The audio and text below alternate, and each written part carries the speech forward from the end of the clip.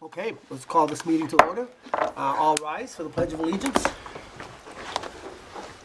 I pledge allegiance to the flag of the United States of America, to the republic for which it stands, one nation, under God, indivisible, with liberty and justice for all.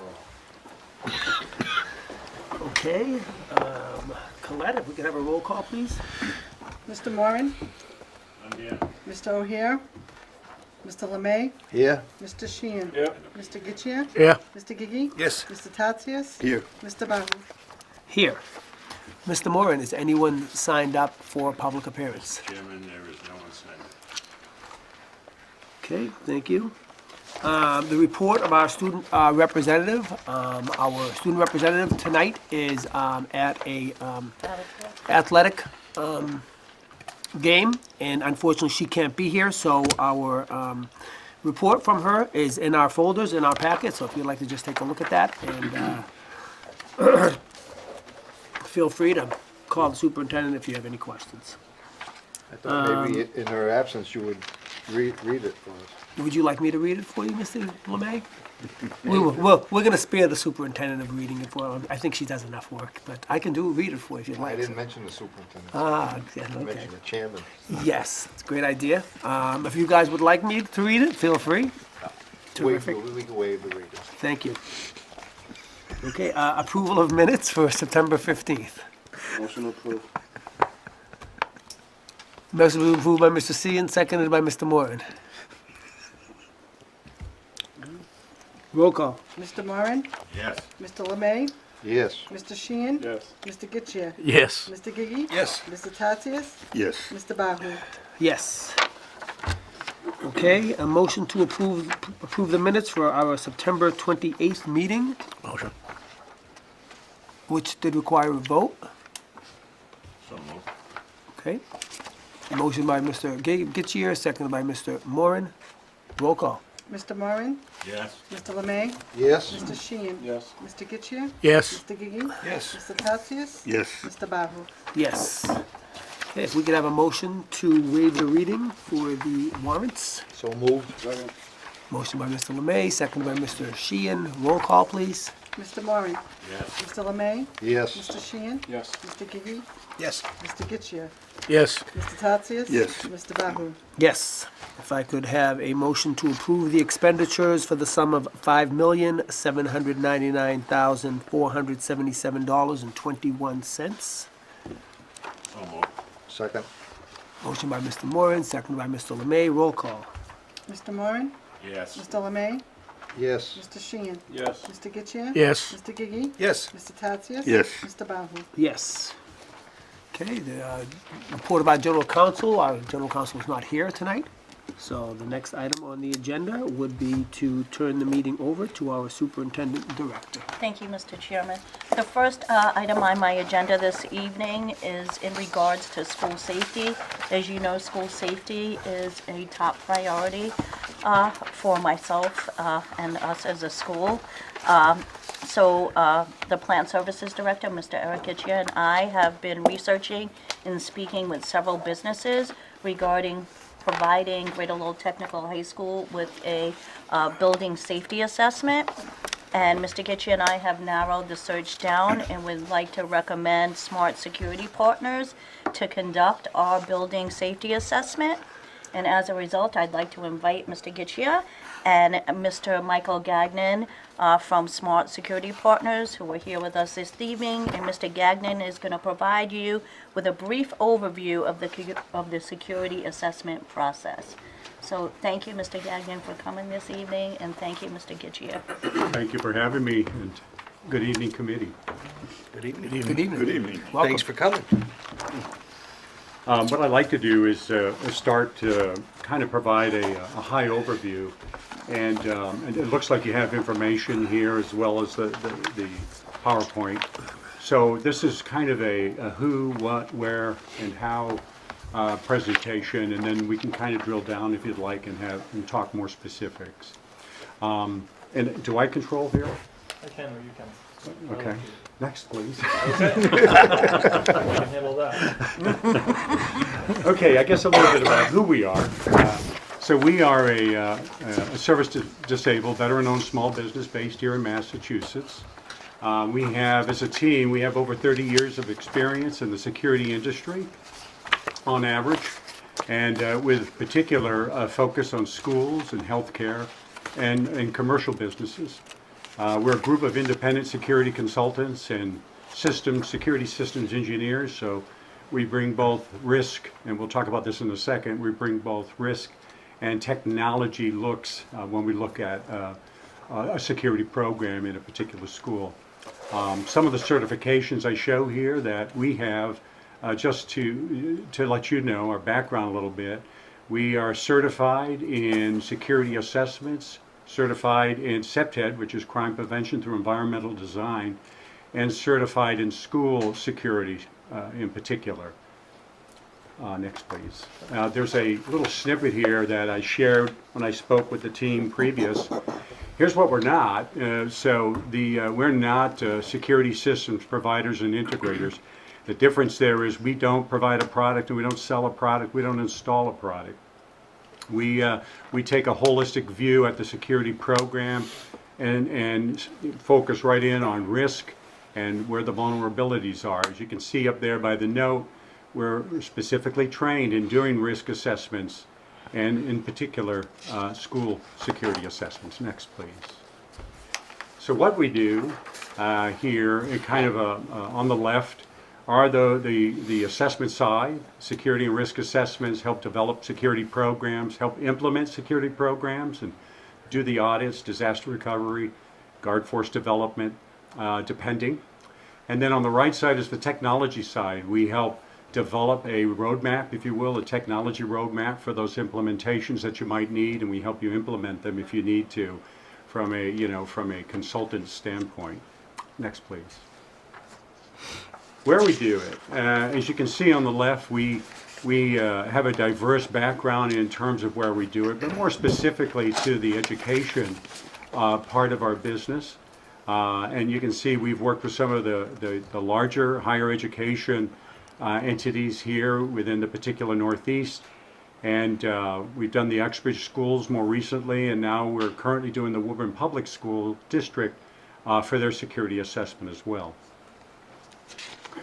So I thought it was important to kind of map out some definitions so we're all on the same page as it relates to what a security assessment is, so we understand it's an objective and critical assessment. We identify risks as we take a look at the security program, both across the board, and we make determinations on those and what we find, and put together recommendations based on that for improvement. The components of a security assessment are typically into 4 categories.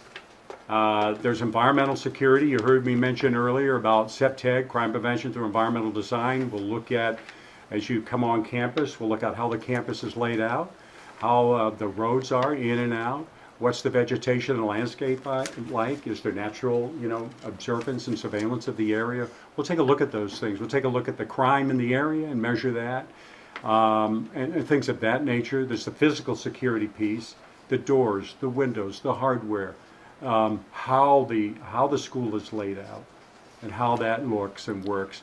The technology that you've deployed here today, camera systems, access systems, alarm systems. We'll take a look at all of that and get right down into how those things go across the network infrastructure. And then procedurally, we'll take a look at what you have in place for policies and procedures for creating a safer school. So what does that look like? The process itself looks something like this. Obviously, after there's a letter of agreement in place, we send out an advance questionnaire to the pertinent players as part of the program, and we get back information. And we ask for a long list of things, including your policies, your procedures, your incidents, what concerns did you have here, what are the issues on campus. We look at, from a data standpoint, we look at layouts, floor plans, we'll look at data that you have in video and things of that nature. We'll explore all of that information. That's kind of our, as we look at all the data that you have. in the middle section, you see three little things here. These things can kind of either flip or actually work at the same time together, depending on everyone's availability and access to the site. But basically, in the middle, I mentioned interviews. Interviews, you can see, it's very comprehensive. There are several interviews that go on here. Superintendents, principals, director of facilities and IT, dean of students, union reps, school nurses, all are integral and important as part of this process in terms of how we look at what you have, where you do it, and how you do it. We also will talk to administrative folks in the office here, police chief, fire chief, SROs that exist on campus, and your security team that's here today. Next, please. So the actual site review, folks, is when you look at the site itself, it's kind of in layers.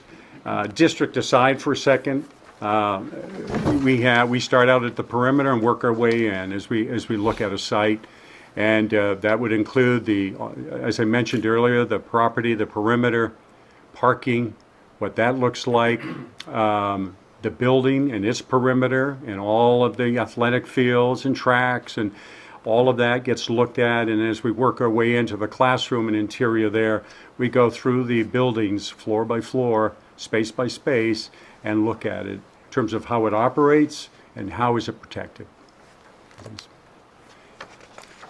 So typical that day is a very long day. We typically start in the afternoon, and we do this on purpose, unless you had a preference as a group, but we come in the afternoon. I typically do the interview with the principal that afternoon, just to get the freshest look in terms of where we are. I will have already met with all those other folks, as I mentioned earlier in the interview process, so I have a pretty good idea of what things look like so far. And that typically takes an hour and a half from 1 to 2:30, let's say. And then I do the walk. From 2:30 to 8 p.m., we'll do that site walk. This is a little larger. It might take a little longer. I might have to come back. It's a large facility, so it's going to take some time to do that walk. And then at 8 o'clock, or depending on where we are in terms of the assessment itself, I'll do a lighting survey. I come back and do a lighting assessment on the site as well. Next, please. What we deliver, what does it look like? So after we do all that homework, have all those interviews, go through all of that process and look at that, we come back with a report. And this is a sample, a snippet, if you will, they look like. And what folks like about this, what schools really like about this, is it identifies the vulnerability and it talks about a recommended solution or solutions depending on what the situation is. And they're given in terms of priority and the amount of risk you have in each one and what that might mean. Next, please. Typical reports, by the way, come back maybe 80 pages worth of report. And in there, out of that comes something like this, where you take a look at, this is what a roadmap would look like in terms of where is it hot, where does it need addressing, what needs to get done in particular. And then you can kind of look at it from an area standpoint to the right. You can see what's low risk, what's high risk, what should be focused on right away. Next. So that, again, high level. I hope I didn't go too fast. I think you got the picture of what that might look like in that process. So I'll turn it back to you, Joe. Well, we appreciate your time in coming. Does any of the committee members have any questions in regards to the building assessment? I just recommend if there are specific, deeper, detailed questions, we save them for executive session. If they're general questions, feel free to ask now that you have them. But Eric and I. Overall, what is the time frame for putting an assessment together? 2 to 4 weeks. It depends on everyone's availability and my availability to the campus itself. How long have you been doing these assessments for? All my life. You've been doing school assessments? I got out of the Marine Corps, and right from the Marine Corps went into security. And so I've been working with schools since then, and it's over 30 years. I see early on, UMass system, was it Amherst? Yeah. Is that the only? part of UMass system that you're with? I worked with UMass Dartmouth back in the day, way back. I mean, over 30 years, there were several different things, entities that have changed their name and things of sure. that nature. But yeah, I mean, it goes back right from the beginning. Harvard and some other schools are on that list as well. Yeah. I just wondered if any other, like UMass Lowell or Dartmouth or any of the others, but.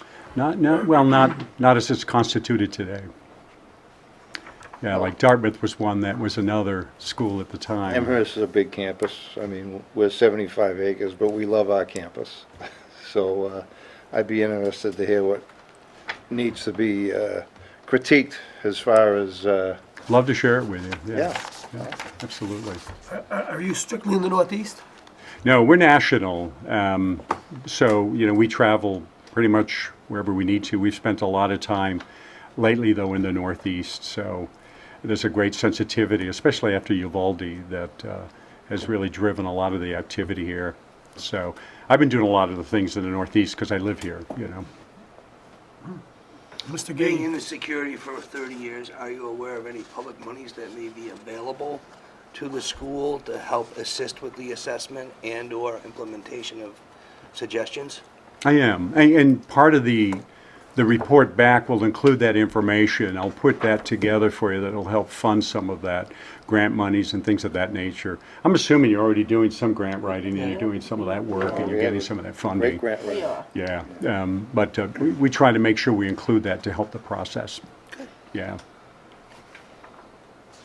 Any other questions? Oh, in the past 30 years, have things changed now? Have things changed? I would assume considerably. Yeah, in sharing with the group here, you know, one of the things that needs to change is the culture.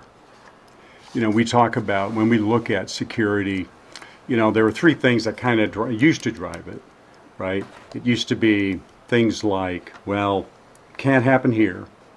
You know, you have that kind, you know, you have that, we're small, you know, it can't happen here, you get that. The second thing is, we don't have the time. Truly, and it's maybe, that sounds kind of rude. It's not, we don't have the time. We have professional development time in schools. We have certain things we got to get done.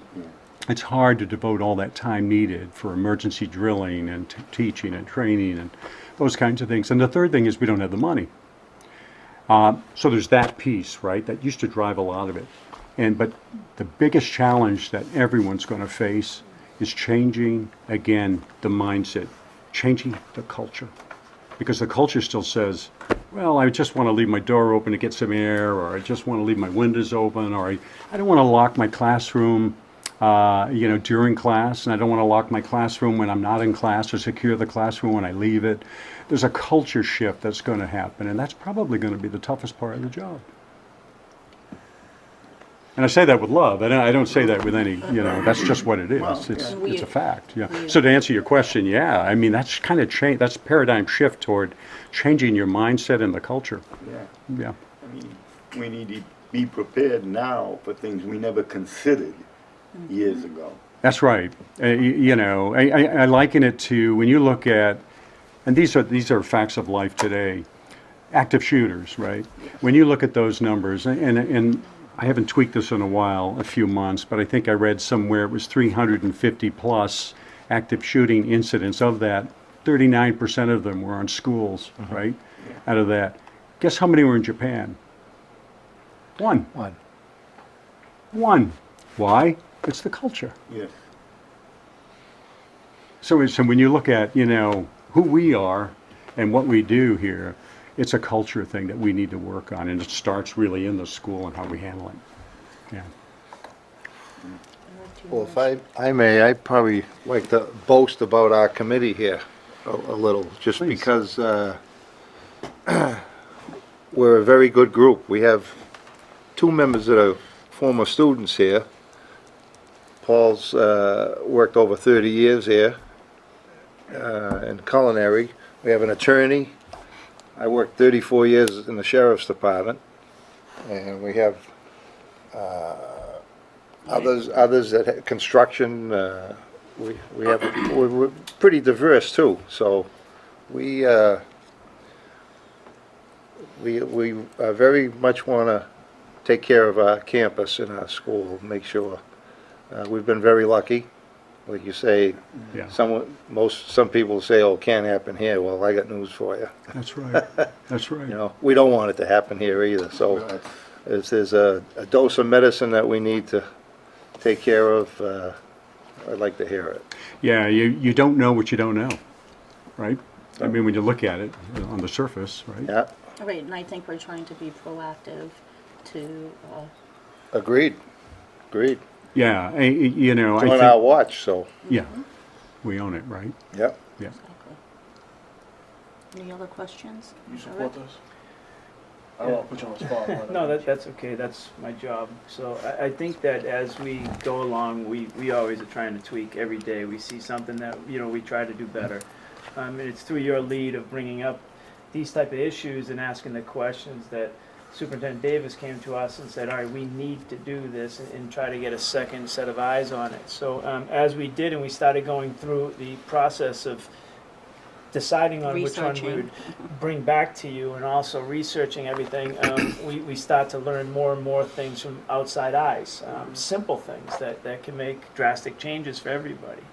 It's our job, my job, to try to make sure everybody in here, from staff to visitors to administrators, to anybody who comes onto the property, is protected at the best that we can do.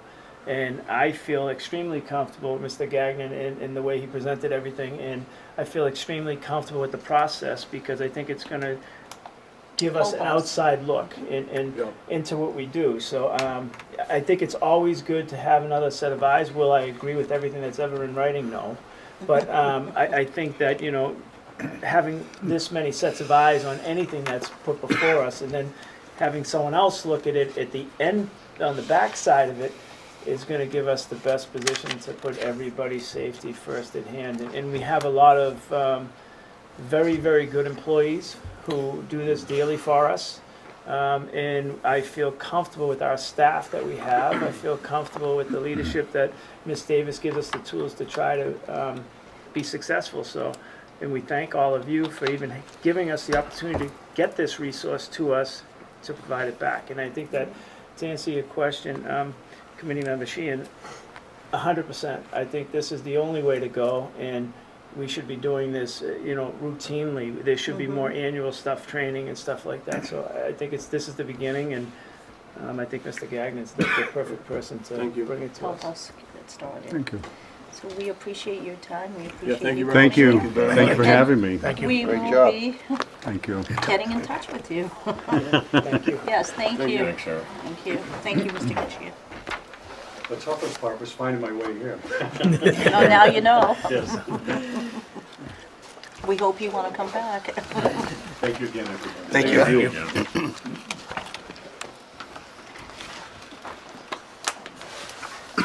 Okay, the next item on my agenda is the cooperative education report. I'm happy to report that your report that's in your packet say that there's 110 senior students out on co-op, but as you know, I'm always happy to report that at this time, to date, we have 134 senior students on participating in co-op. So, yeah, I'd like to thank Stacy, our cooperative education director, for her hard work in getting our students out on employment and practicing their skills. So that's a great report to hear at this time of the year that there's 134 students on co-op. Any questions about the co-op report? She's doing a great job. Good Yeah. stuff. The next item on my agenda is to provide you with a health and safety update. So more recently, our health and medical students and our LPN students are now required, if they are going out to clinical at long-term healthcare facilities, to get the bivalent booster by December 1st. If they choose not to get the booster, then they will not be able to participate or go out to long-term care facilities. That's a new regulation that was put forth by the state. So to support those students that are choosing to get the bivalent booster, we are going to be having another COVID clinic on November 2nd and then another one on November 23rd. And hopefully that will help those students who choose to get the booster to continue in their long-term care facility clinical appointments. Any questions on the health and safety update? The next item on my agenda, I'd like to ask Lisa Martinez, the Director of Technology, Enrollment, and Information, to join us to provide the committee with an update on our enrollment. Good evening. Evening. Do we want to help you? Are you sure? Of course. Good answer. Okay, here to give the October report. And in your notes, I actually have, Do you want to do the slide, Lisa? no, Maybe Mike can help you. Huh? Okay. so this is the 2023 October student list, and for grade 9, we have, for grade 9 we have 576 students, and for grade 10, 595, for grade 11, 574, and 538 for the 12th grade, and special population 20, for a total of 2,303 students for our October 1 numbers.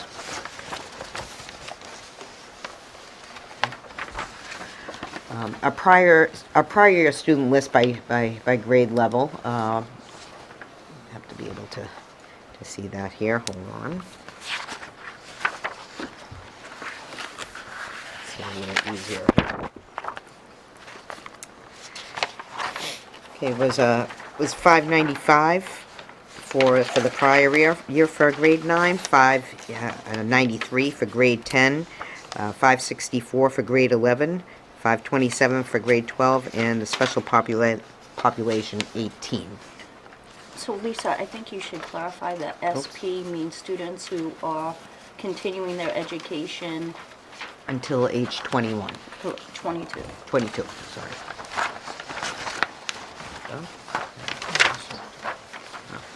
Yeah, perfect, thank you. So if you look at the 2-year comparison for all active students, you will see that there's an increase of about 5 students from the prior year to this year for the overall enrollment. And we actually had a concentration to increase the 10th grade for the open seats. That's been intentional over the past several years. That's been our target, to fill those seats. With COVID, that slowed down a little bit with those years, but we're back on target for that. If anybody has any questions? Good job. Thank you very much. Great job. Where it has to be. Thank you. I think Wait, Mr. Brown. yeah, I think I'd just like to touch on one thing. Sure. It looks like we took in 575 students this year, where we took in 595 the year before. But I do notice that we have longer-term, Retention. retention Yes. retention for students that are in the higher grades, such Right. as junior and senior. So it looks like we have more seats filled this year than we did last year. Right. And realistically, we are filling all of our seats here. We are, which And- was the goal, The because target the was 9th the grade 10th. was over-enrolled. And the goal, I think as a school-wide goal, was the retention at the 11th and the 12th grade, and we're meeting those goals. Yeah, that's absolutely awesome. So, it's great that we're able to fill all the seats, and it's great that we're retaining students, and we're setting them up for success in graduating soon. If you don't mind, maybe sending us a report of district numbers. Of course, I reside in Lowell, Right. and some of our other reps reside in other towns. So if you don't mind, maybe sending over something email so we know how many students come from each district, I think that would be good information for us. I certainly can do that. I'll get that over to you. Thank you, Ms. Martinez. You're welcome. Any other questions? No, good I job. think we're good. Okay, great. Thank you. Class dismissed. So the next item on my agenda is to inform the committee that we have begun the initial stages of applying for a planning grant to enter into a Chapter 74 After Dark partnership with the town of Dracut. So again, this is just in the planning phases. We did meet briefly with a small team, the superintendent and a small team of Dracut administrators came over to Greater Lowell Tech, and we met with them. So we are applying for the planning grant to talk about what planning would look like if Dracut would participate in our After Dark program. Are they So I going just to wanted- actually participate in the tours for the school and have the kids come here during the day? Or they just want to participate at night? So. Great so- question. So No, no, I'm the participation, Ms. Martinez, would you like to come back up and speak a little bit about that? Because Lisa has been conducting tours over the last 2 weeks, and could you answer that question for us, Ms. Could you repeat the Martinez? question one more time? Is Dracut going to actually participate during the day in tours, or they're just going to? Dracut has chosen not to participate So- in the tours. My problem with letting them in the After Dark program is they don't want to, it's reciprocation. Help us, we'll help you. I mean, if they want to participate in the vocational process, they should be allowed to come here during, I know this is above you, I just have a Right, problem right. with getting blown up with, and I know you two deal with it all the time. As part of the new regulations, So- they're required to give them an unexcused absence if they choose to come and tour, but they're not participating in the tours or encouraging And the Lisa students. is kind enough to provide other opportunities for Dracut residents to come tour and the look at our program. There's another date. No, I know we're bending over backwards Well, for Dracut, so- it's just and that it's not reciprocated. So, and They don't reciprocate. I like to look at it this way. I mean, we're here to service the students in our communities, and this will be servicing students. So in the benefit to expanding vocational opportunities for students, I would like to begin to try to form a partnership with the town of Dracut to see if we can offer those opportunities for them. Okay. I think it's a great idea, but I do agree with Mr. Getchia that I think it is unfortunate that, for some time, the kids would always come during the day, but for whatever reason. So maybe this is a way to form Yeah. a partnership. That's what I'm asking. Maybe this is a way to form a partnership to sort of open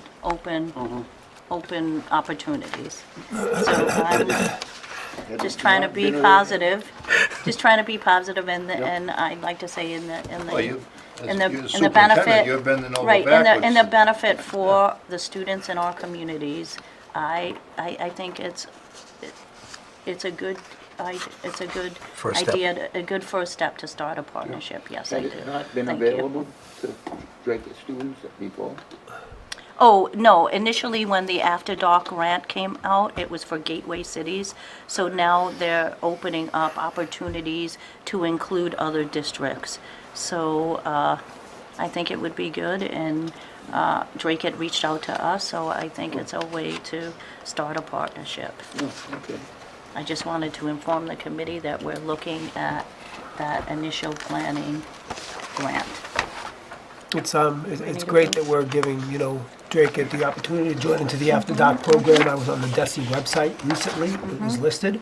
The After Dark program as, one of their options that they offer for schools in gateway cities, so that's awesome, that's great news. It would also be really beneficial if we could have Dracut students come and see what this school has to offer, not just with the After Dark program, but actually as a way to have an excused absence and come and tour the campus, because a lot of students don't really know what we do in vocational schools. And granted, there are not enough seats open in vocational schools across the state of Massachusetts. However, to share the information would be something that I think the students would appreciate, as well as the parents as well. So if you could share that information, we would love to have the students come here as an excused absence, not to penalize them, but to give them options for their education. moving forward. Yeah, we could Sure. reiterate. We do offer one day for parents for Dracut, parents and students to come in to tour during the month of November, and the Dracut school does now has to actually have them excused, the absence. Oh. And they do that as of last year. Okay, but there's no busing involved. But It's there's strictly no the parents buses taking a and- day off of work. No, yeah, Parents have to parents take a would day have off to of do it, work yes. and bring their student. Where Yeah. other schools participate as a school initiative, in a school-wide field experience. All right, thank you for sharing that information. Sure. Thank you. The next item on my agenda, I would like to ask the Assistant Superintendent Principal, Mr. Michael Barton, and the Director of Curriculum Instruction and Assessment, Mr. Gregory Haas, to join us to provide the 2022 MCAS update. And with us this evening, we have some administrators here to support the presentation. I'd ask them to come forward, and I will introduce them. We have Ms. Carol Chisholm, our Math and Science Chairperson. We have Ms. Kate Palladino, our Director of Language Acquisition. We have Mrs. Allison Rahani, our Director of Special Education. And we have Mr. Paul Millett. Wait, did I say that right, Paul? Did I? Is that correct? Our English and Social Studies Cluster Chairperson. And Paul is new, so if I mispronounced your name, Paul, I apologize. Good evening. Thank you all for having us tonight.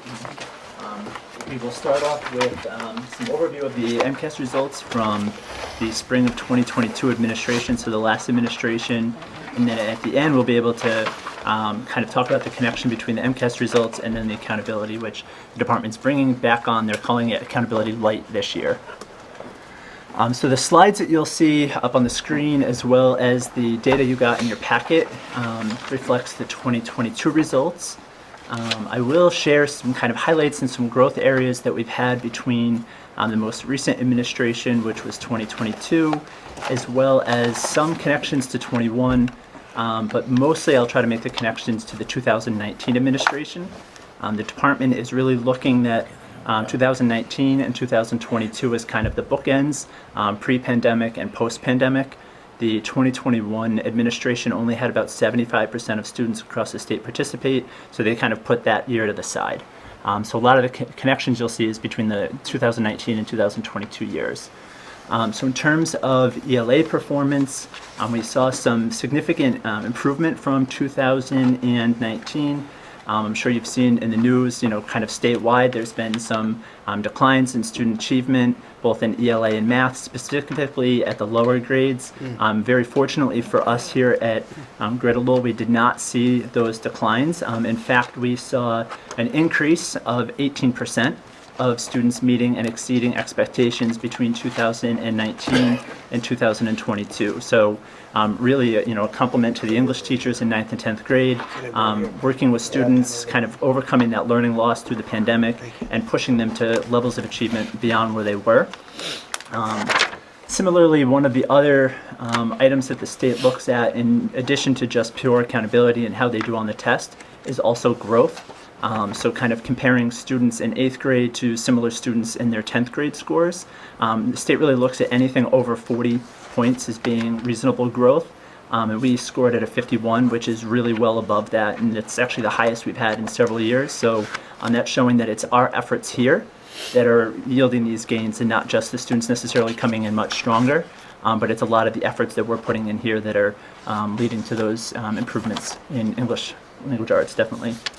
Mathematics as well, the state saw a fairly significant decline between 2019 and 2022, about 9% across the state. And again, this is just comparing 10th graders to 10th graders.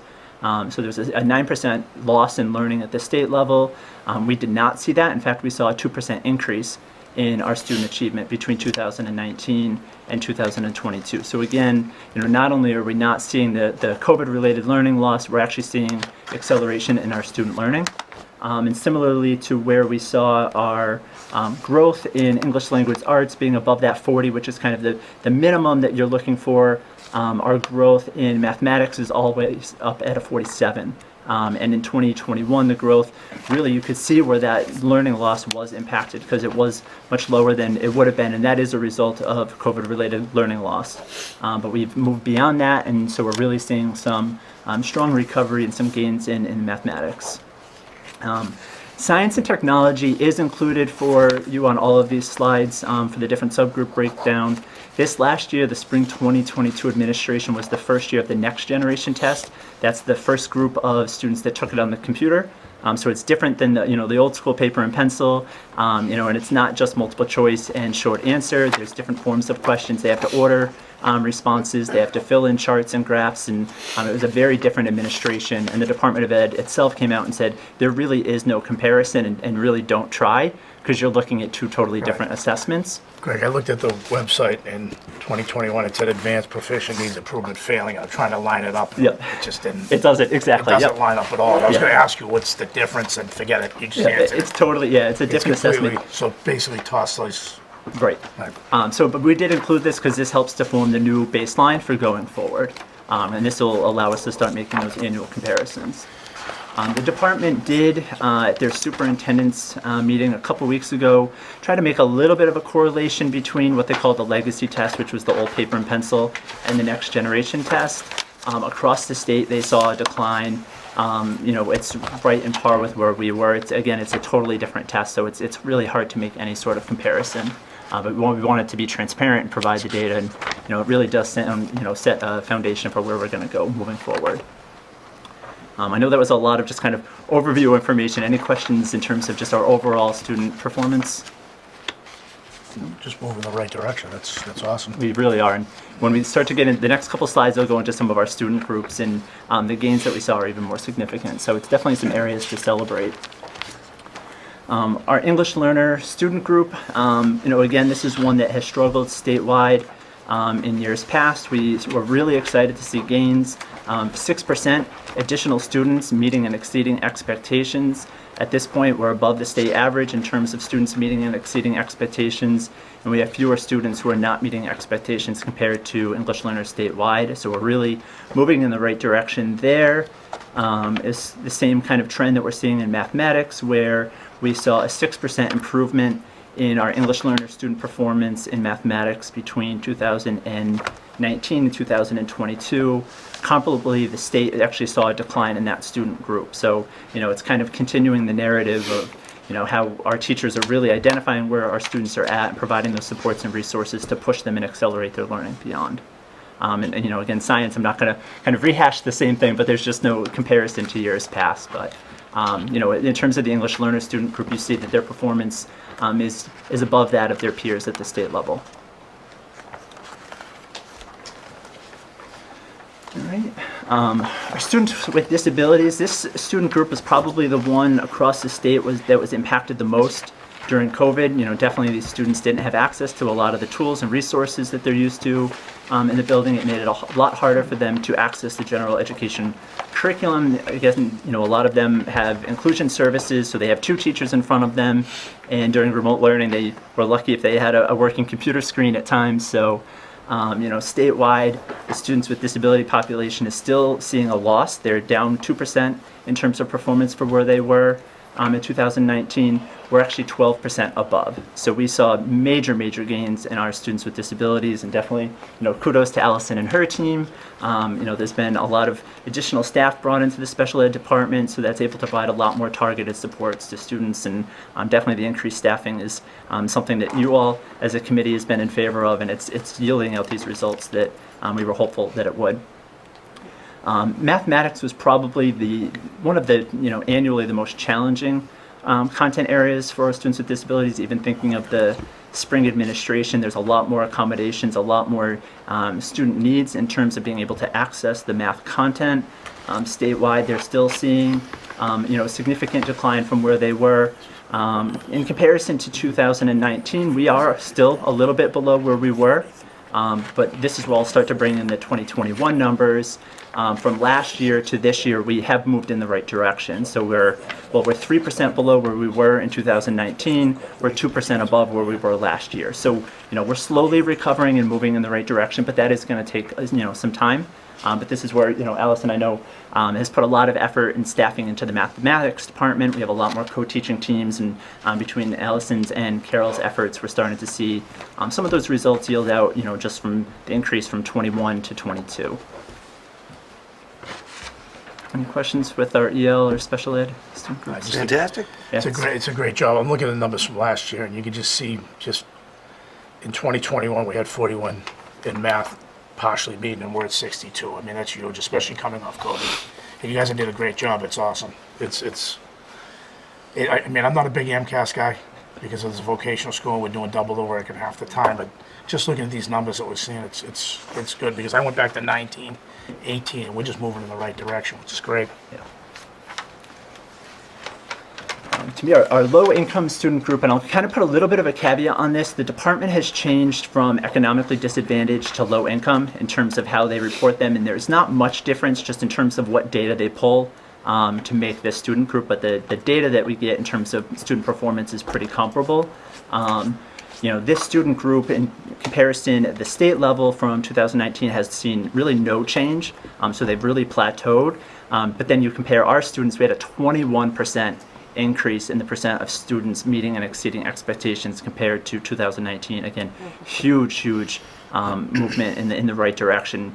You can see by the yellow, which is us kind of celebrating the goal that we have, definitely a higher percentage of students meeting and exceeding expectations, and fewer students not meeting expectations compared to the state, which is really where we want to be, and we're moving absolutely in the right direction there. In terms of mathematics, I can say pretty much the same thing. The state really took a big hit with low-income students in their mathematics performance. They're still 7% below where they were pre-pandemic.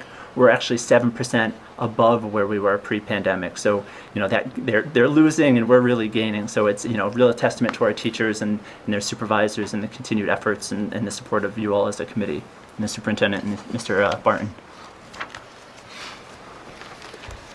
So the next couple slides will break into some of our racial and ethnic student populations and the comparison of those groups to their peers across the state. Our Asian student group is one where we typically see the biggest discrepancy between our performance and the state performance. It's where we put a lot of our effort into try to move them to those highest levels of exceeding expectations and meeting expectations. Very, very positive news in English language arts. We saw an 18% improvement in meeting and exceeding expectations between pre-COVID and post-COVID. Math, we're in a similar boat. We're 8% above where we were before the pandemic. And the student group at the state level is seeing those losses that we're really fortunate that we've been able to overcome here. So really positive news for our Asian student group. Definitely, one of the ones that we've struggled with in the past, but we're absolutely moving in the right direction with them. Similar trends continue for our Hispanic student group. This group really actually hasn't seen statistically the same impact at the state level. They're still just barely above where they were in 2019. They're at 2% above. But here at Greater Lowell, our student group, the Hispanic student group in English language arts has actually seen a 21% improvement in meeting and exceeding expectations. Again, you're seeing kind of the gold R bar is well above the state average. So definitely moved in the right direction there. Similarly in math, we're above where we were in 2019, and we're seeing that the little bit of dip that was there from the COVID learning losses has been recovered and then some. So, really positive news for that student group as well. So, with I think the exception of a little bit of work still for students with disabilities in math, like positive numbers in all areas. So that's really something everyone should be proud of, from efforts of tough times for a couple of years and then where we're at now. Any kind of questions with the data itself? All right, so the next couple slides just have some of the changes that we're seeing, some strengths, some growth areas, and some of the things that we have in place for this upcoming year. We obviously saw the numbers and the improvement that we're seeing What I've been finding really interesting is kind of the closure of the gap between our overall performance and the state's performance. Up here we saw that from 2021 to 2022, we actually closed that gap by 9%. I actually went back and looked at where we were in 2019. Between 2019 and 2022, we've actually closed that gap by 21%. So overall, all of our students, their achievement has just gotten that much higher in English language arts. Again, that's been a lot of work by Ms. Palladino when she was overseeing it, and now Mr. Mayette is going to kind of continue those efforts. For the first time in several years, we've outpaced the state in several of the domains. The writing and the use of English conventions is above the average state performance, which is a first for us. The areas that we do see that we have a little bit of additional gains are ones that we're already starting to tackle: reading and comprehension of reading, and then vocabulary use and development. We're fortunate that Ms. Palladino, working with the Literacy Action Team, has already kind of put a plan in place to try to tackle those this year. We have a reading instructor whose schedule has allowed for some individualized kind of coaching and support. So we're actually putting support into the technical areas. Our shops tend to have vocabulary that is far beyond the level of that even in the academic classes. So the theory is by supporting them in their career areas, not only will that growth and development, the strategies that they learn, help support them in academics, but even more so they will be prepared and more so prepared for employment and their life outside of graduation. So it's helping their academics, but it's really helping their career growth. So that's going to be a positive change for this year. I'm trying to comprehend, I'm thinking that a lot of it has to do with the area in question here, as far as the vast different populations. Do you find that as part of the equation, as far as why they're doing so well? Do they seem to band together, so to speak, or I just don't have the. Yeah, I mean, I'll hand it over to Kate, kind of just having worked with English to talk about it from more like the holistic level. In terms of numbers, it's absolutely, it's the growth that's happening here. So it's what the students are doing from the day they walk in here as freshmen until the day they take the test in 10th grade. But if you want to kind of share, Kate, And from the classroom level. they're really looking to and willing to get involved to do that for themselves, correct? Yes, so one of the things I did last year when I was supervising ELA is I took time with the 10th grade teachers and we looked at the data as a whole and we just pulled it apart. And we brought in our curriculum and said what's working, what's not, how can we incorporate what's not working. And for us it was the writing and doing compare and contrast. So they made that their goal. They all had goals last year. All the teachers had goals around comparing and contrasting and writing. And all the students came in and they said, you know what, we're a team, we're going to do this together.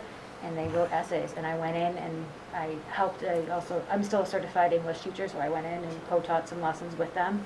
And it was great. And all the kids decided that they wanted to go out and they wanted to go on a co-op, they wanted to graduate, they wanted to pass MCAS, they wanted to be one and done, as we said. And they did it. I find that pretty impressive. That the willingness that they want to, the depth that they want to do things.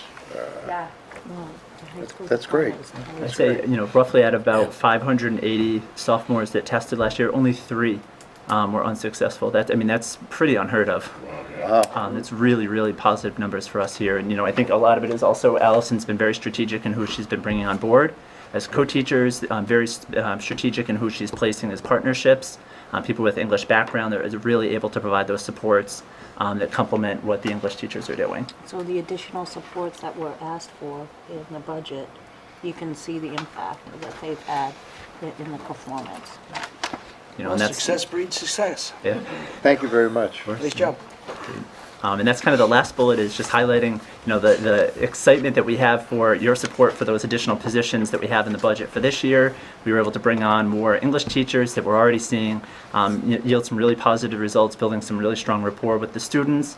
It's reduced class sizes, so we're hoping to see these continued trends in English for this upcoming year. Moving into mathematics, again, really positive. We were able to kind of close that gap from the state. between 2001 and 2002 by 7%. Kind of trending it back even to 2019, we closed that gap overall by 10%. So once again, we're really seeing that we're moving in the right direction here. For the first time in over 5 years, we've outperformed the state in several of the standards that are assessed on the MCAS. So again, it's really a compliment to Carol and her algebra and geometry teachers for digging into the test, digging into the standards, seeing where we can put that extra effort in, and our students are benefiting from that extra effort. Do you get feedback from the state as far as, This is the feedback.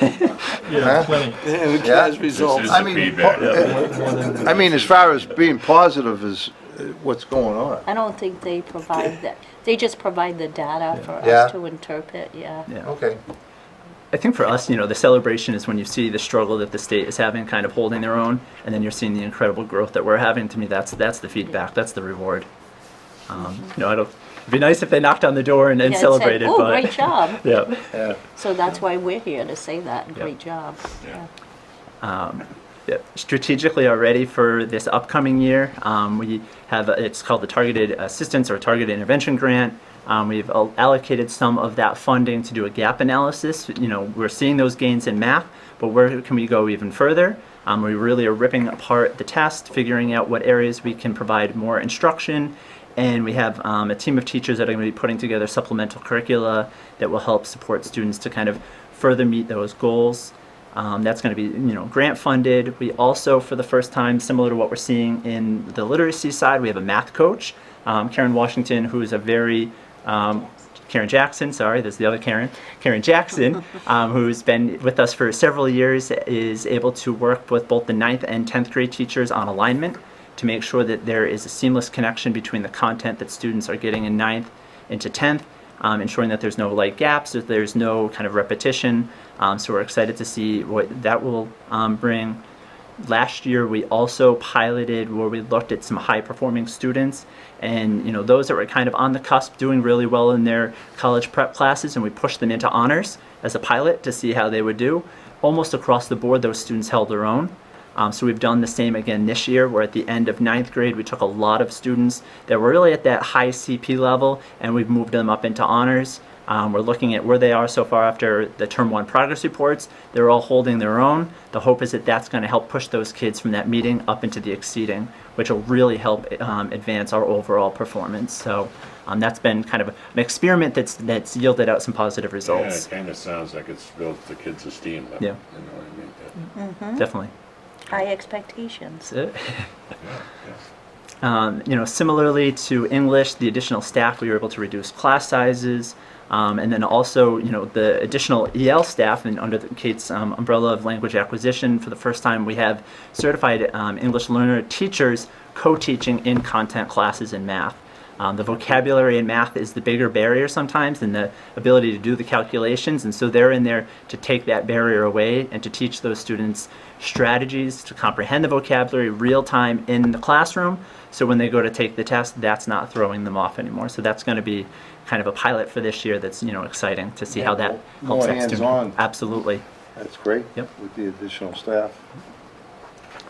So that's math, and then science. We don't have as much excitement. The department did release the MCAS, the June biology MCAS, so we're in the process of digging into that already.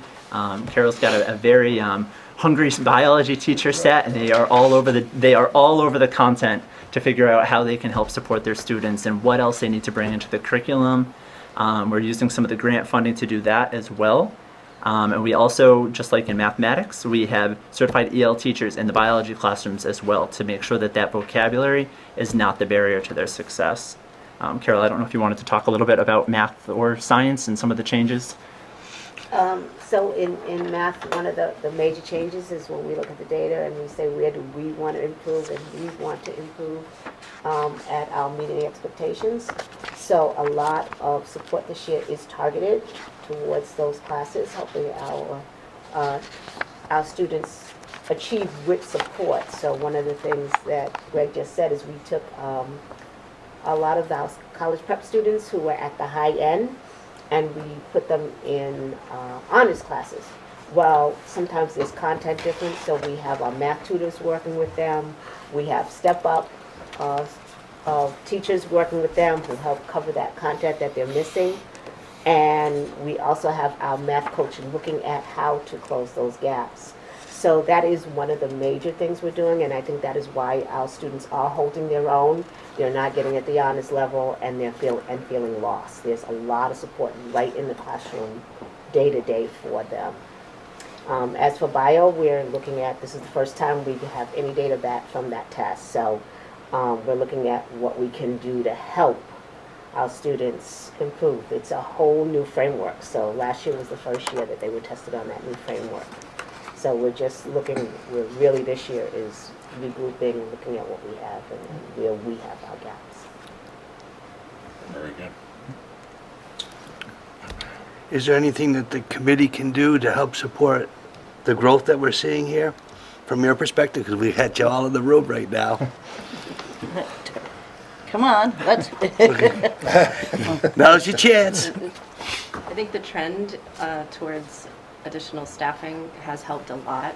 I've seen a lot more relationship building with the students because of the smaller groupings, because, for example, in special education, having a smaller caseload allows you to Be more hands-on. to focus more with each kid and give more parent communication to make sure they're on track at home and things like that. So I think that's making a huge difference, and I also think the addition of the counselors has helped tremendously because they've been able to help keep the kids engaged instead of having a meltdown that lasted a whole day. Maybe it'll last an hour, and they're helping them to get back on track and get back in the classroom, which is helping a lot. So I think those efforts were well spent and serving us well. And what can we do in the future to help support this growth? So continue with our PD. I think we need to continue working with our teachers on strategies, continue to work on project-based learning, incorporating more hands-on activities. Our students seem to learn best that way. Those would be my initial suggestions. I don't know if the group wants to weigh in. Carol, I remember you, now it's 2 years, 3 years now. Because the kids were having trouble with the computer on the MCAS, and you were going to go outside the box. And has that made a difference? Yes. Yes, Because I remember you saying we have to take this approach, and the numbers are showing from 19 to now. I honestly, I don't want to throw 21 out, but we all struggled. I mean, us as a committee and you guys, it was a challenge. So one of the things we've done is we have a program here called EdgeElastic, and one of the things they allow us to do is to use a Pearson format, which is the format of the exam. So all of the exams for 9th and 10th graders, the main tests per chapter, are done through EdgeElastic. And what that does is give the students practice on how to use the tool. So to support those students, what we also do is if a student does not perform well, let's say they take the electronic exam, they still have the opportunity to take the exam paper-wise to show their knowledge, their content knowledge. So we're actually looking at it as a dual approach, and that has been successful. No, I just remember you coming to us saying, we're going to go outside the box and we need to get this done. And the numbers are proving it. I mean, it also coincides with the superintendent taking over.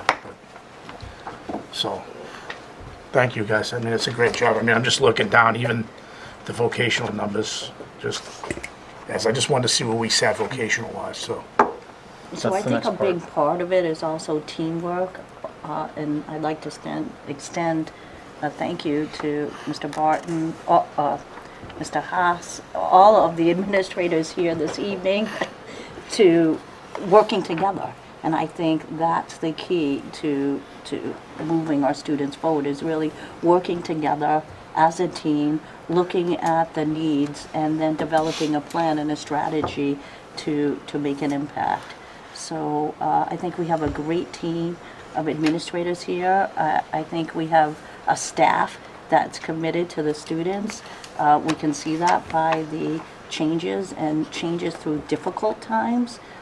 So, to take a moment to thank the staff for their hard work is important, and with the hope of continuing to work together, that we can make a difference. And I think it's important to say, in addition to MCAS, there's other ways that we measure student success here at Greater Lowell Technical High School, and that's we look at their performance in their technical areas, we look at our co-op numbers, we look at our performance on Skills USA, at districts, at states. This year we sent kids to nationals. So I think all in all, if we look at their academic performance as well as their vocational performance, we are making improvements, and it's thanks to a great staff and everybody working together. Completely agree. Good team here. So thank you, everybody. I Thank you, appreciate it. everybody. Grant, Thanks for all you do. great job, Mike. Thank you. You're welcome, thank you. There's an additional part of the presentation Oh. that covers a comparison between us and other school districts throughout the state, particularly vocational schools. So we have Important to take a look at that. So that was the MCAS component. Part two. MCAS is just one piece of the whole Oh, here we go. overall way Okay. that we're scored. So this is what the Department of Ed is calling Accountability Light.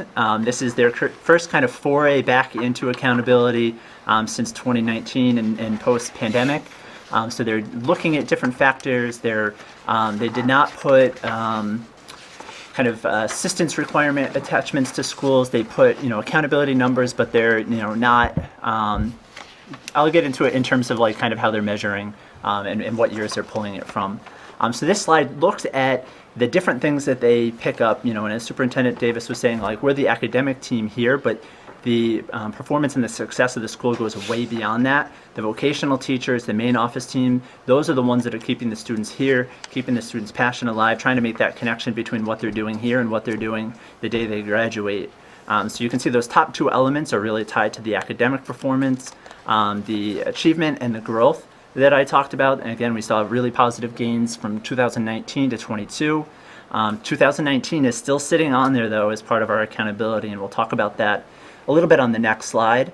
So the performance that we were able to move so far beyond is still impacting our accountability number this year, but that will drop off each year following. Greg, what is the year one 40% in respect to year Great two question. 60%? Yep. So they give more value to the most recent data set. So 60% of that achievement score we get from the 2022 results. 40% of our achievement score for MCAS on the accountability metric that we get from 2019. It's just So they weight it. They weight the most It's just recent how more they're heavily. figuring out accountability at this time.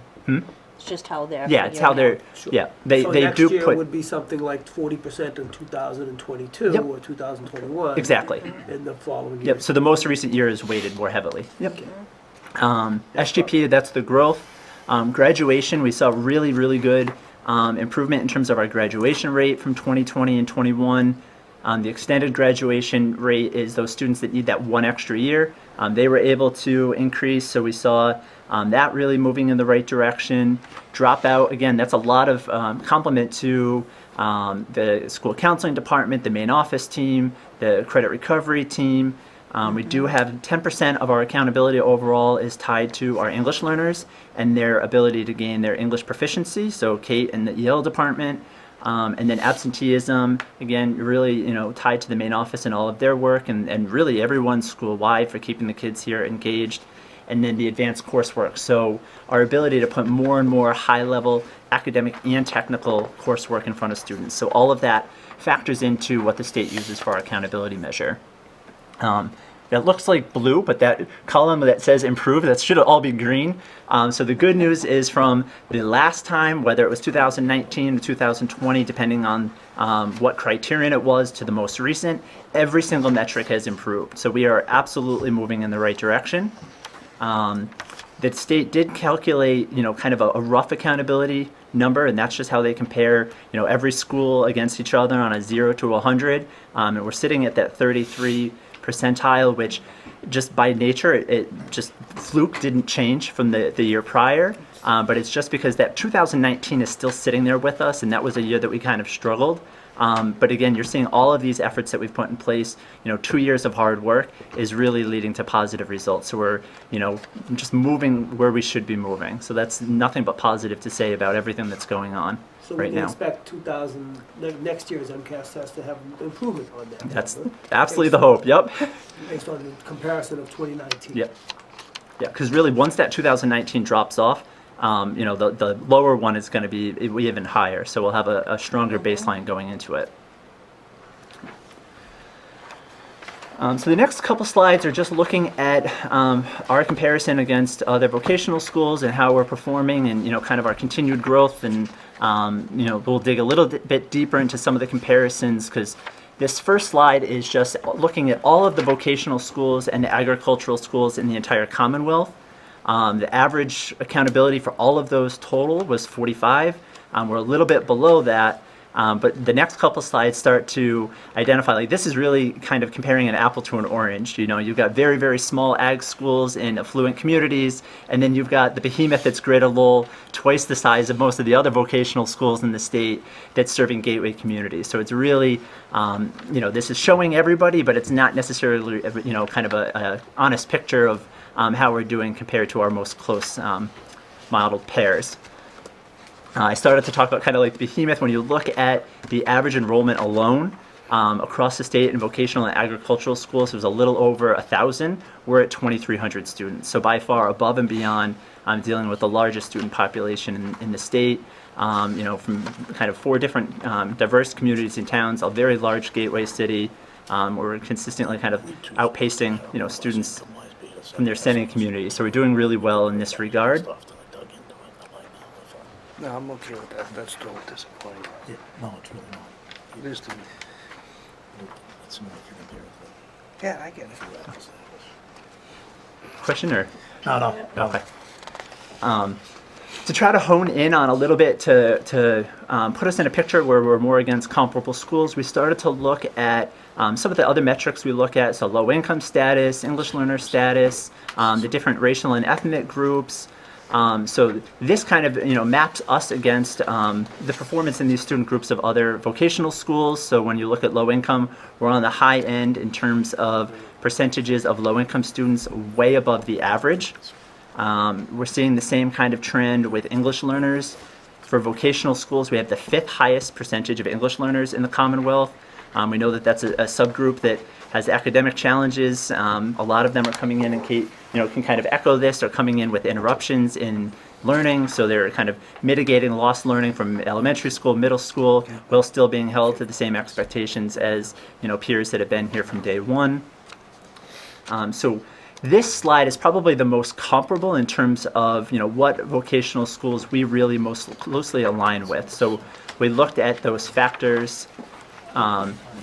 We looked at EL status, got the highest 10, you know, the closest 10 that had our similar EL status, low income status, our racial ethnic group breakdown, the most comparable percentage of students with disabilities, and we kind of landed on these 10 schools as being the most close comparables that we have. And their average overall accountability is 31. So we're seeing when you kind of do the best that we can to compare an apple to an apple, we're, you know, outpacing them just, you know, a little bit. So, you know, it definitely shows that, you know, in terms of the student groups that we have here, that we're servicing them well. We saw the gains that we wanted to see. You know, these accountability numbers still do include that 2019 number. So, you know, as Chairman Bahu said, you know, next year we hope to see even higher, and that 33, you know, it's going to be well beyond that bar. So I think we're, you know, collectively pleased with, you know, the efforts and the academic performance that we're seeing, and you know, all the metrics are moving in the right direction. So, you know, generally I think it's been, you know, really positive last year. Good job. Any other kind of overall questions for any of us on this team? No, I think all, you know, I tip my cap to every one of you. Hopefully someday we'll do away with standardized testing, but until then, you guys go above and beyond, so, I mean, it's all good stuff in my eyes. I agree. Thank you, Matt. I agree. I'm not a big fan of MCAS for the vocational kids, but it's the only thing we have to go by. I mean, when I looked at it, the 33%, I was like, well, wait a minute here. But then as I dug in a little bit further, and I saw only 2 schools ahead of us, low income, outdid us, and I'm fine. And then when 2019, as you explained, drops off, we'll be above and beyond where we need to be. The goal is to be number 1. We are number 1 though, right? We are number We are number 1. So it was a great report. Thank you so much. Well put together. thank you to the staff for all We the hard appreciate work. you taking the time tonight. to Thank you all. Thank you. Thank you. Appreciate it. Thank you. Great Really, job. thank you all for Great your job. support, Yeah. because this Thank has you. yielded these results as well, so, Yeah, thank you all. Good, well done.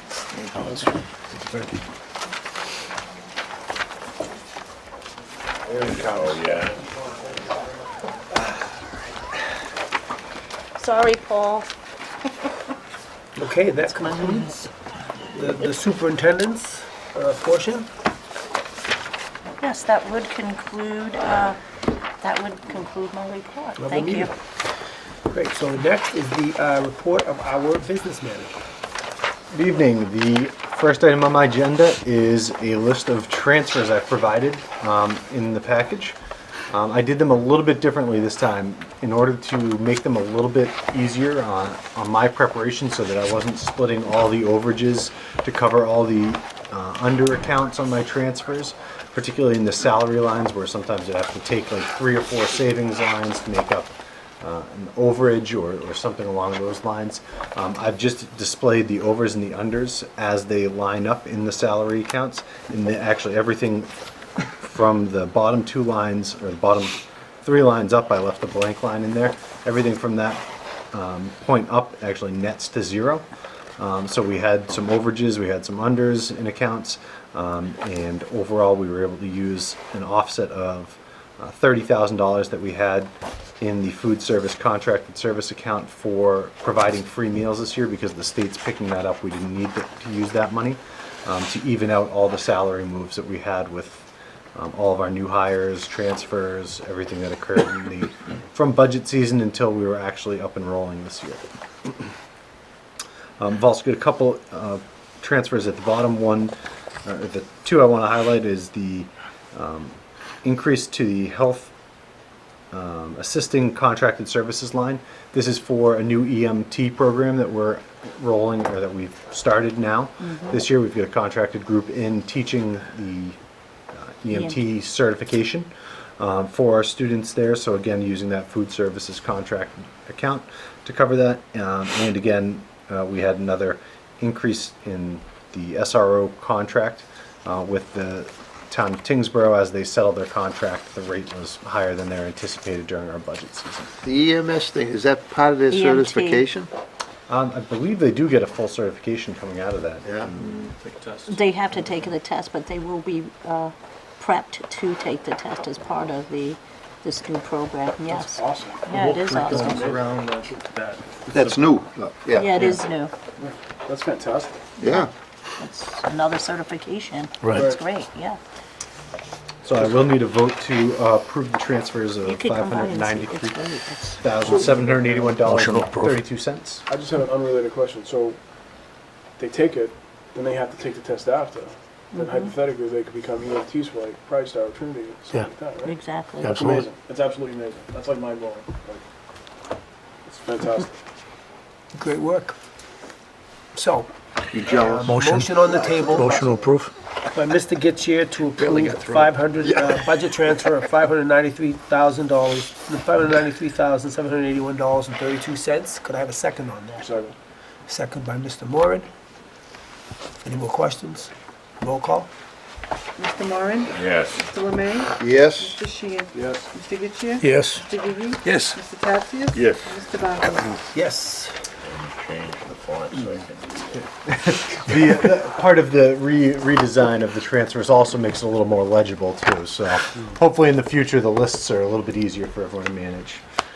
My second item on my agenda is I guess a little bit of an update from the building committee, as well as another necessary vote, and that is the building committee met this morning, or before this meeting, and discussed the project. And we believe we've got a better handle on the timeline. So we're looking to get a vote to authorize the school business administrator to negotiate a contract with our OPM to bring them on board to help us through the design process. We discussed limits in the, that I won't say publicly here to tip my hat so much, or tip my hand so much. But we discussed limits at the building committee meeting of where we've got a sort of a not to exceed and a starting place for the negotiations. of that contract. So I just need a vote to approve or authorize my ability to negotiate that contract. Make a motion. Motion by Mr. Getchia, seconded by Mr. Gigi. Roll call? Mr. Moran? Yes. Mr. Lemay? Yes? Mr. Sheehan? Yes. Mr. Getchia? Yes. Mr. Gigi? Yes. Mr. Tatsias? Yes. Mr. Bahu? Yes. That's all I've got for this evening. Thank you. Thank Thank you. you. Thank Thanks, you, Mike. Mr. Knight. Okay, old business. I have one item. That would be, last meeting, we had a discussion with the superintendent to extend her contract for 3 years.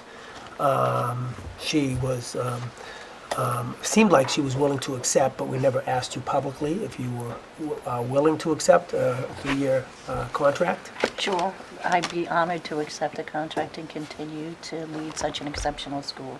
Outstanding. Well, thank you. We thank you for that. We're very Well excited. said. Amend that up 4 years. Yes, Oh, unfortunately, no amendment right now. It's a great idea. it's 3. Okay, anybody else with old business? Can the Athletic Hall of Fame, saying we started it back up, can we remove that from old business? Sure. Let's remove And just the take a athletic hall moment fee. to thank Butch Dion. Yes. Yeah. For doing an incredible job, and the Athletic Hall of Fame Committee. It was a wonderful event that honored many of our athletes, so thank you to Butch Dion and his committee for that event. Okay, new business? Anyone? Mr. Chairman, Yes. I was able to attend the college fair last week. And mainly because I'm retired and I have the time, I guess, but it was very interesting and to see all the colleges and to see all the guidance counselors. I talked to some of the military that were also here, so that was very good. And then I passed the box lunch offer because I went to the advisory dinner afterwards, which also was a big success. And so just wanted to pass that on to the committee. Thank you for sharing that. It must be exciting watching the colleges, seeing the colleges here and all the students' excitement, stopping at booths and having conversations with guidance counselors and such, so thank you. It's also kudos off to our building and grounds. If you attend something that's in the basketball court, so that 1,000 people are not walking on the court, it has a cover that we have purchased in it, and it's like a padding, so you're not on the court, so that's another good thing too. No. So we're preserving the court. Yeah. That's awesome. So just to add to Mr. Warren's comment about the college and career fair, today we had a job fair here this morning with over 30 employers and over 400 kids attended to the job fair. Wow. And that was done by our school counseling department in collaboration with Greater Lowell Mass Higher. That's awesome. Yeah, so it was a was great great. day today, yeah. Very well attended, huh? Yeah, it was very well attended. I was also able to attend the athletic hall. Oh, that's great Yeah, news. yeah. Thank you, Which Mr. a lot- Moran. And a lot of those individuals were here during my period of time. During your tenure, while you were a teacher. While I was teaching, yeah. I didn't know them all because of, this size of the school, but I did get a chance to talk to a lot of them, It was very nice, yeah. That's great feedback. And as far as advisory went, that went well? The You might have some advisory, yeah, did very well. Great. I also attended some of the meetings afterwards. Terrific, so you might have some And ideas. I thank the advisors who come here from various, operations that they own, thanking them for employing our students and giving their input to Their the teachers feedback, in their area to take notes, and that it doesn't go unnoticed. And some of the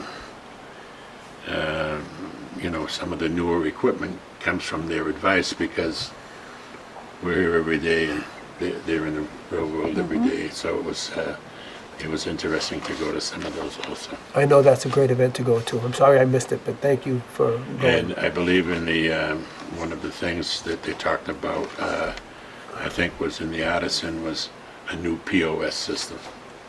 They do have a new POS Yeah, system. yeah, so they said The it's new POS system was much more implemented, yes. much more friendly, stuff like that. So Mhm. it was a recommendation of one of them, I guess, that moved it forward. Yeah, our advisories are very important to us. They provide us the feedback to allow our programs to keep up with the trends in industry in regards to curriculum, I personally equipment, and I personally resources. thank them on behalf of the Yeah, school that's committee. great, thank you, Yeah, Mr. I Warner. did tell them that. Were most of the trades represented? Oh, Yeah, every Every trade? every yeah. program has an advisory, yes. Beautiful.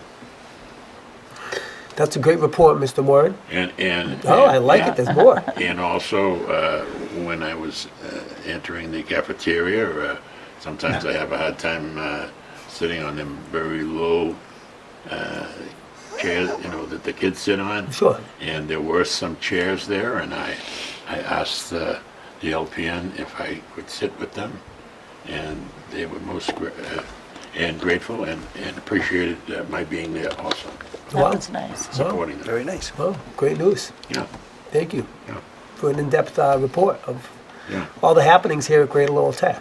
absolutely. Try to assist you with that. I mean, but that's next only year. a part of it. I try to attend different things, but I think it's important. You're a great school committee person. and they like the fact that you're there. Mhm, They do. And I guess attendance, maybe I can mention something. I was able to come to the homecoming football game about 3 weeks ago, and it was very well attended. The football game was the closest game I've seen Greater Lowell Tech playing in a very long time, and it was a lot of fun. And after that, we had a dance in the cafeteria. We sure did. I was able to go, to that area, and it seemed like there might have been 350 students on hand, all having a good time, and we had a lot of chaperones there, and the house was rocking, and at that point I realized it was time to leave for myself, but great work for the whole staff that was a part of that homecoming.